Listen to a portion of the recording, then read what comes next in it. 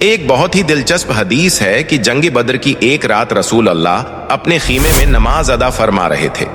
اچانک ایک صحابی نے دیکھا کہ رسول اللہ پوری رات نماز پڑھتے رہے یہاں تک کہ صبح ہو گئی۔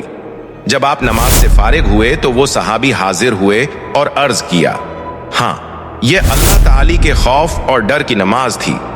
میں نے اپنے رب سے 3 چیزوں کا سوال کیا، اللہ تعالی نے مجھے 2 چیزیں عطا فرما دیں، لیکن ایک چیز عطا نہیں کی۔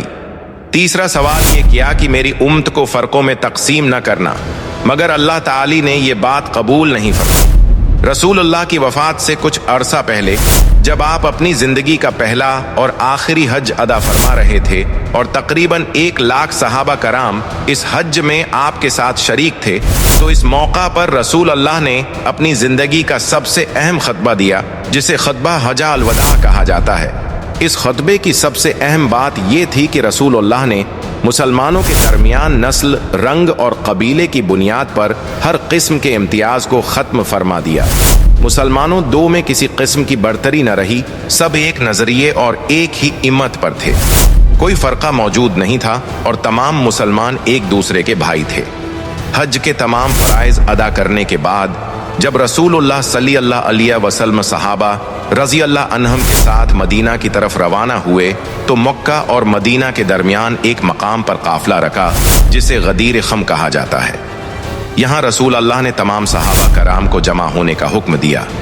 جب سب جمع ہو گئے تو آپ نے اپنی زندگی کا آخری خطبہ دیا۔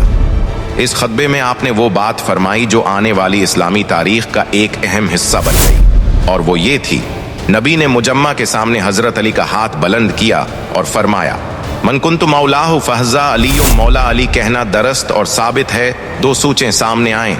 سنیوں نے کہلائے ان کا خیال تھا، خلیفہ وہ ہونا چاہیے جو قابل، تجربہ کار اور صحابہ کے مشورے سے منتخب ہو۔ اسی بنیاد پر حضرت ابو بکر صدیق پہلے خلیفہ بنے، پھر حضرت عمر، حضرت عثمان اور حضرت علی دوسری سوچ شیعہ کہلائے۔ ان کا ماننا تھا نبی کے بعد قیادت اہل بیت میں ہونی چاہیے، خاص طور پر حضرت علی کو فوراً خلیفہ ہونا چاہیے تھا۔ یہ لوگ حضرت علی کے حمایتی تھے۔ عربی میں حمایتی کو شیعہ کہتے ہیں، سنت رسول اور صحابہ کے طریقے پر چلنے والے شیعہ۔ حضرت علی کے پیروکار یا حمایتی، ابتدا میں یہ سیاسی اختلاف تھا، فرقہ نہیں۔ اور دوسری بات یہ ہے کہ حضرت بی بی فاطمہ سلام اللہ علیہا السلام حضرت ابو بکر صدیق کے پاس گیا اور نبی پاک علیہ السلام کا میراث کیا، یعنی آپ کا مطالبہ مدینہ کا جائیداد کے بارے میں تھا جس میں ایک باغ ہے، فدق تھا، تو حضرت ابو بکر صدیق نے اسے جائیداد دینے سے انکار کیا تھا۔